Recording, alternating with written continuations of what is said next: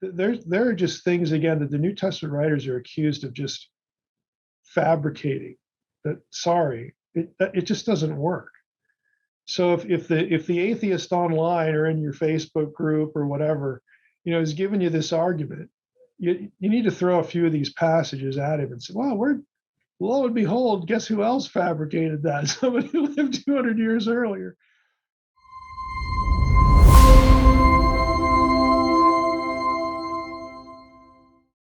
Well, and this particular section is called the Parables of Enoch. I think for a lot of our listeners and viewers, their only context for parables comes out of the New Testament. So, Yeah. how does this relate? How is it different? Like, why do we refer to this as parables? Yeah, if we look at, Enoch, let's just say that the first two volumes of the commentary, the first 36 chapters are known as the Book of the Watchers. And it basically does two things. It introduces the impending apocalypse. First Enoch is an apocalyptic book. So it's kind of like the book of Revelation, but 3 times as long, that sort of thing.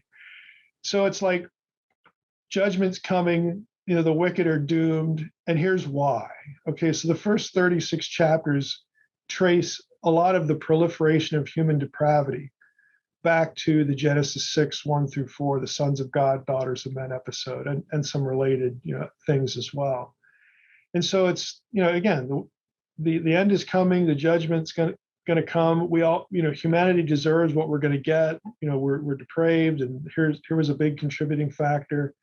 And then the next, the parables, 37 through 71, Enoch, the book goes into 3 parables. It basically illustrates who the wicked are, who the righteous are. The Messiah figure is a big deal because the Messiah is going to play the role of judge, who he is, his relationship to God.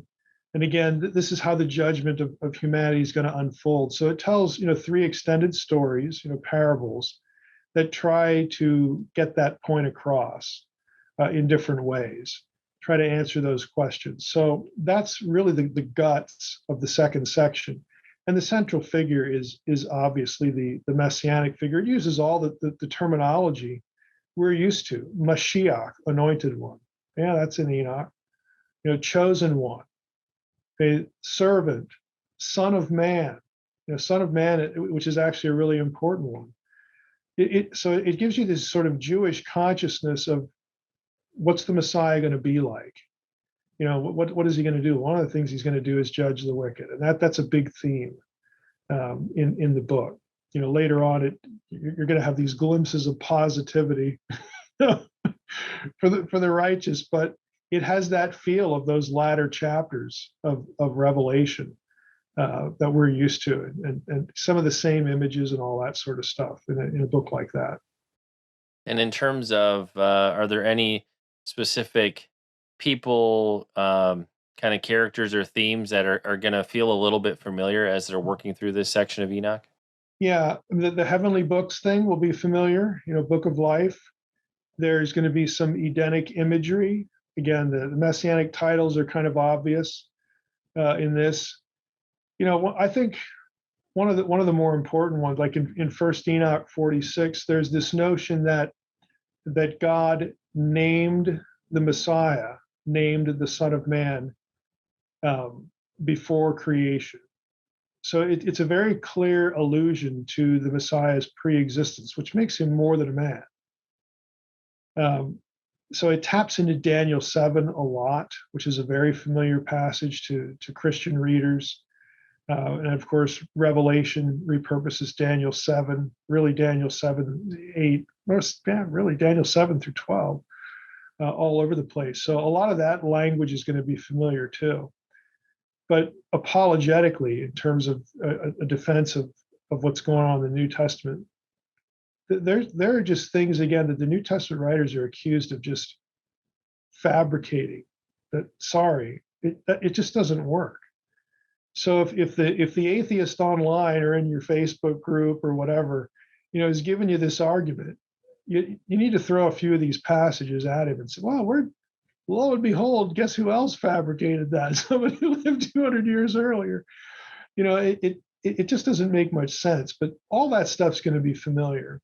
Now, there's a big difference too. There's no sense in the parables of Enoch that the wicked are going to go to the lake of fire because they've rejected the Messiah. See, there is no Jesus yet. So the wicked are there because they're just generally unjust. They don't keep the Torah, they don't keep the law. It's very Jewish, what you would expect. So even the contrast is interesting too, because when you get to the New Testament, it's like, well, there's a different reason why, again, this is going to happen, to some people, and it focuses on the sacrificial, ministry of the Messiah, on the cross. But they don't see that yet. They see the judgment, they see even the Gentile redemption, they see all that kind of stuff, the mercy for the Gentiles, but there's no atoning work for the Messiah here. But the rest of the profile, you'll see there. So it's very interesting, again, for somebody who wants to try to look at the New Testament and understand some of the things that are in it, but also to discern by some of the ways it's different why that's so important. How it actually plays out, in the person of Jesus.